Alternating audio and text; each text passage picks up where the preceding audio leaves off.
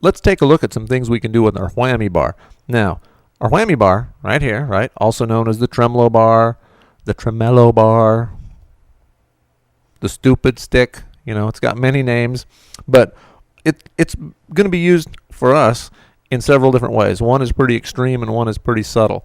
Now, a whammy bar has got a couple of key elements. One is up here, we have the nut, and we have a locking nut on this system. If you don't have a locking nut on but you do have a whammy bar, you might go out of tune quite a bit. The other thing is, since we do have a locking nut back here on our bridge, we have these, which are called our fine tuners, right? So check your guitar. If you've got these, proceed with caution. Here we go. So when we think of whammy bar stuff, a lot of times we're thinking of pretty extreme licks, right? So we're just playing on 6-string open, and I'm bending my whammy bar down, and I can bend it all the way.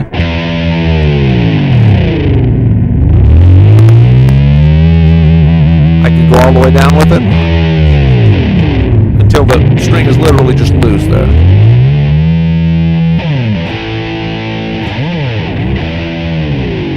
Now, that's what we think about when we're thinking about whammy type licks. When we use a vibrato bar like that, whammy bar, vibrato bar, you know, we can do that, but I mean, you can only do that so many times. It's not that useful. It's kind of a trick. We can play other notes. We can play a harmonic and do a dive bomb like that. When guys talk about doing dive bombs with their whammy bar, that's what they're talking about. We can actually go down with the whammy bar and then come up.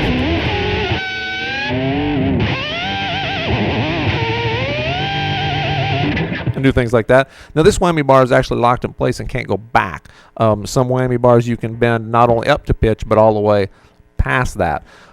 With this one, we're basically able to go down, and we can come back up to our original note, but we can't go backwards with it, right? So that's some of the things you do with the whammy bar. I actually like to use the whammy bar a little bit more subtle, right? So we're not going to be doing such extreme dives, but we're going to go do a little bit more playing with it.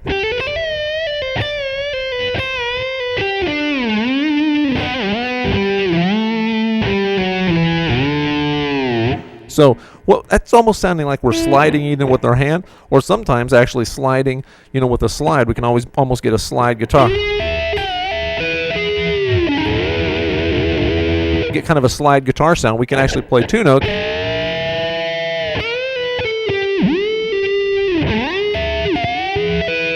Or we can actually do some things where we're picking one note and then doing a... So when I'm doing the more subtle stuff, I'm a lot of times starting with the whammy bar down just a little bit. So if I'm here, I start with it right there, but I don't play the note. So I bend the bar down, then play the note, and then let the bar come up, right? So I come down, or sometimes I'll go down and then do a pull off to that note, right? So I'm actually, that's a good lick to know right there. I'm playing on the 10th fret, bending the whammy bar down, and then pulling off to the 8th fret. At the same time, I come up with the whammy bar.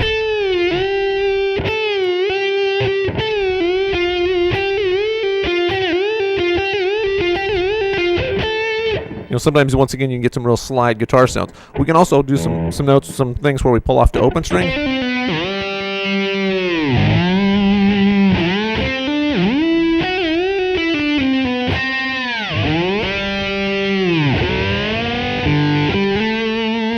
Get some really interesting sounds that way as well. And so not only can we do some subtle things like that,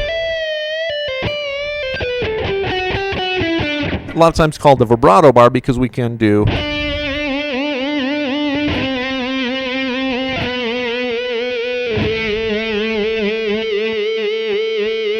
we sort of emulate the vibrato. Although when we're doing real vibrato, we're bending the note sharp, and if the whammy bar only goes down, we're actually making it go flat. So instead of this vibrato, we've got,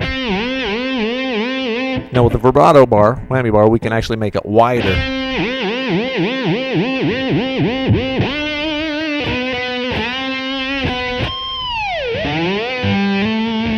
You know, some of those, once again, screaming harmonic going down. It's kind of a nice thing to be able to do. We can also do it with chords. If we're playing chords, it's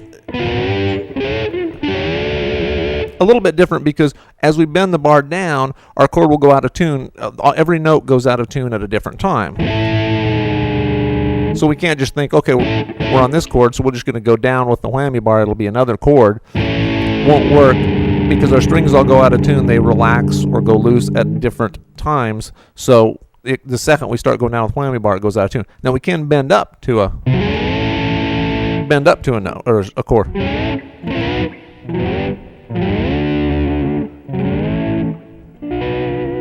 So we can get some kind of odd sounds there, a little bit more jazzy. And of course, the other thing we can always do with the whammy bar, which is always good to know how to do, which is make the motorcycle sound. The motorcycle starts up and takes off.